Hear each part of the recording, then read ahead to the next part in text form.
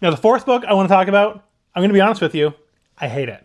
Terrible. I did not enjoy the book. Hello friends and welcome back to my channel. I'm the Lit Wizard. I like literature, I think it's lit, and I'm a wizard, and today I want to talk to you about 8 sci-fi reads that will get you hooked on the genre. This is going to be a great place to start if you're looking to transition into sci-fi, but also if you're already into sci-fi, you might find some new reads as well, and you can help me out by leaving a comment below, letting other readers know where you would recommend to start and if there's anything that you think I might have missed. The very first book I'm going to start with is one you may have seen on Apple TV, and that is Dark Matter by Blake Crouch. This is one of my favorite books of all time. I know people love this TV series. If you're one of them, the book is absolutely worth reading as well. If you haven't seen it, go into the book totally blind. I highly, highly, highly recommend it. Dark Matter is a fast-paced, reality-twisting thriller that's perfect for people who like their sci-fi in one sitting because you're not going to be able to put this book down. And it is a standalone book, so you don't have to worry about getting into a big series. You can just enjoy it for what it is. And when you're done with that one, I also recommend Upgrade, Recursion, and the Pines trilogy, which was the first series of books that Blake Crouch put out. Every single one of them is a banger that you will enjoy, and all of them are great places to start with sci-fi. I don't want to give you too much. I want you to be able to go into it as blind as possible. It's that good. Just read Dark Matter. I promise that you are going to love it. It's sci-fi, but it's super accessible sci-fi. It explains things in a way that's super easy to understand, even if science isn't your thing. The next book I want to talk about is a book that I'm currently reading. I think there's 7 books in the series, so you are going to be getting into a bit of a series, but I think the original trilogy can also just stand on its own, and that series is Red Rising by Pierce Brown. This book is super fast-paced, super fun. If you like the Hunger Games or like Battle Royale style books, then this series is going to be for you. It's basically, at least the first part of the series, is the Hunger Games, but in space and on steroids. The characters are awesome. There's political intrigue. There's a little bit of everything. It's also easily accessible if you're not a science-y person. It's basically everything that you want in a good, fun, fast-paced sci-fi book. Cannot recommend this one enough. Whether you're into sci-fi already or not, great place to start, but also just a great next book to read or a next series to read if you haven't taken the plunge yet. I'm currently about halfway through Morningstar, which is the 3rd book in the series and the last book in like the original trilogy. I haven't decided if I'm going to keep going yet. I do really enjoy this series, but I have so many things that I want to read. So let me know if you think the second part of the Red Rising series is as good as the first part and if I should continue on with it. The next book I want to talk about is a little bit different. So we're not talking space opera, we're not talking like big fantasy sci-fi epic. It's another standalone book from an author that you might recognize, and it's another one of my favorite books of all time that I have talked about before on this channel, and that book is 11/22/63 by Stephen King. It's historical, it's sci-fi, it's literary, it's awesome. Read this book. Even if it's a bit of a chunker, it is absolutely worth your time. It is so much fun. The time travel in this book is really interesting. The characters are great. It had me fully invested and engaged from the time that I picked this book up until I put it down. Stop what you're even reading right now and just go read 11/22/63. It's awesome. Another one where I know that there's like a mini series as well, I think, with maybe Joseph Gordon-Levitt. I might be making that up. I don't know. I know that that exists if you like to have like a follow-up that you can watch as well, but I haven't seen it.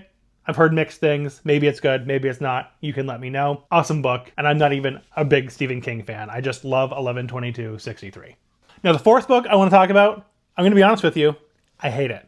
Terrible. I did not enjoy the book. But that is it's a mixed bag. It's a mixed bag of a book, so I don't have a physical copy of it that I can show you. It might be one of my most disappointing reads of all time. It's a book that came in a loot crate. I read it, oh my god, so long ago when it had first come out. And that book is Ready Player One by, I don't know, Ernest something? I don't remember his name. It's right here probably. So you can just read it. Ernest Cline. Is it Ernest Cline? I think I got that. I think it was Ernest Cline. But anyways, Ready Player One, it is like Willy Wonka and the Chocolate Factory meets sci-fi space coming of age kind of story. Chocked full of references to the 80s, to the 90s, to that sort of era. If that's where you grew up, if you're a millennial, you'll really enjoy a lot of those references.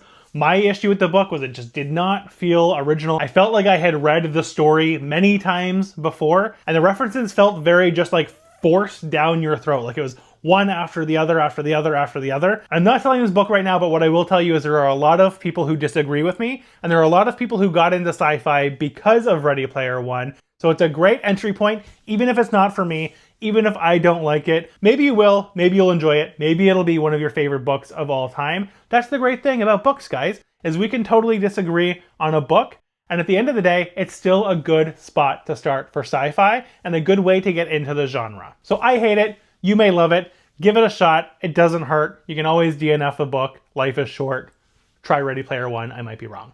The fourth book that I'm going to talk about, however, is another book that has a movie coming out next year starring Ryan Reynolds, and that book is Project Hail Mary.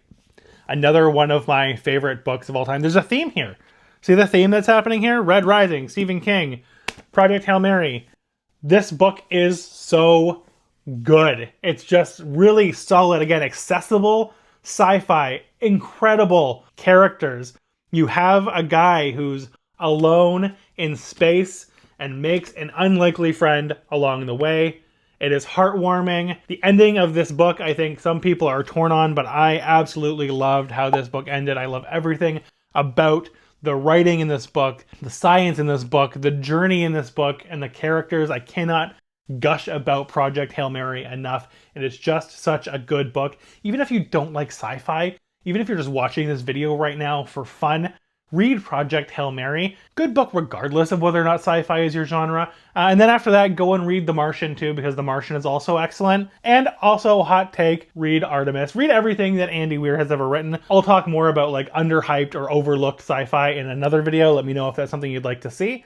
And otherwise, let's go on to my next book. The fifth book that I want to talk about is one that I just finished after it won a poll on my channel. So thank you guys for getting me to read this book. It became a 5-star read almost immediately. And that book is Hyperion by Dan Simmons. This book's dope, guys. The strike, everything about this, if you've read it, came out in like the 90s. I think like 1990, actually, which is the year that I was born. What a fun, cool book. I complained in my Stephen King reading vlog how much I hate long chapters. This whole book is long chapters, and I still loved it. I think the book is like 500 pages, and it's only 6 chapters, but don't let that put you off it. Give Hyperion a shot. You're essentially following 6 people on a journey to Hyperion, and they're trying to figure out what they have in common and why they were all selected to go on this mission. Each chapter is essentially a short story of that character's POV and their connection to Hyperion, and you kind of piece it all together over the course of the book. And it leaves you on a bit of a cliffhanger, so you're going to want to read The Fall of Hyperion afterwards as well, which I have not gotten to. But it is an incredible staple of sci-fi, still super accessible. It's got themes around AI that are even relevant today. It's crazy how accurate some of the things in this book are, and feel like they're going to happen any day now. Book number 7. This is one where it's like, is it science fiction? Like, it is science fiction. It totally is. But it's more like dystopian. It's dystopian sci-fi. It's a hint of fantasy. I've been corrected for calling this fantasy before. It's not. It is.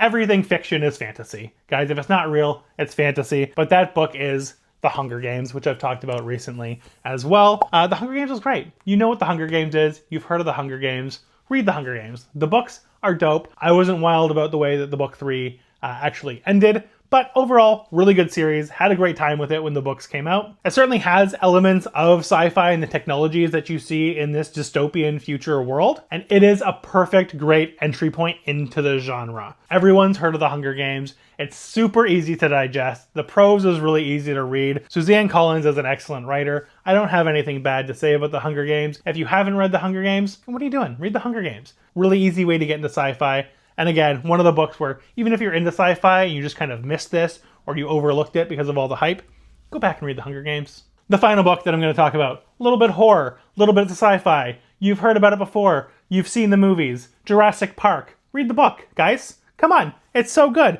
Dinosaurs. Dinosaurs coming back to life. De-extinction. So much fun. People being eaten alive. Come on. The book is so much more gritty and dark than the movie is. So much fun. There's scenes that are missing from the movie that are in the book, as is the case with most books to movies. The movie is obviously incredible itself, but the book, guys, I took way too long to read Jurassic Park thinking I'd already seen the movies. Nah, go read Jurassic Park. Again, incredible way to get into sci-fi if you're not already. We love Jurassic Park. We love dinosaurs. What is there to dislike? Read the book and then maybe skip the rest of the books. I've heard mixed things, and go back and rewatch the movies. And that brings us to our bonus sci-fi book, but a lot of people might disagree with me because it might feel a little bit like homework, or you associate it with forced reading when you were in school. It's a book that took me way too long to read for that exact same reason, and that book is Frankenstein by Mary Shelley. Yes, it was written a really long time ago. The prose is a little bit more difficult to read, a little bit more advanced. Some parts of it can feel a little bit like a slog. But come on, it's like 200 pages and it's not what you think it's going to be. If you've seen Frankenstein movies, this is a very different story, but it's still absolutely worth your time. This is not even what Frankenstein's monster looks like. Your idea of that character from the media is very different from the way that it's portrayed in the book or on this cover. Read Frankenstein, really quick read, and then it's out of the way. And if you love it, you have more stuff that you can explore as well by looking back at some of the other books in this video.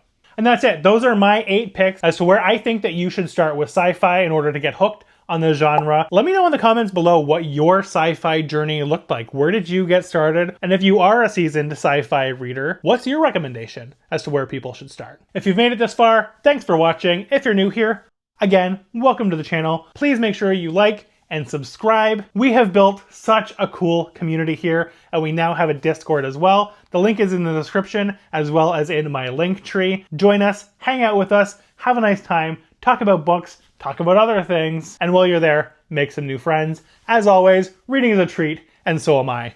Goodbye.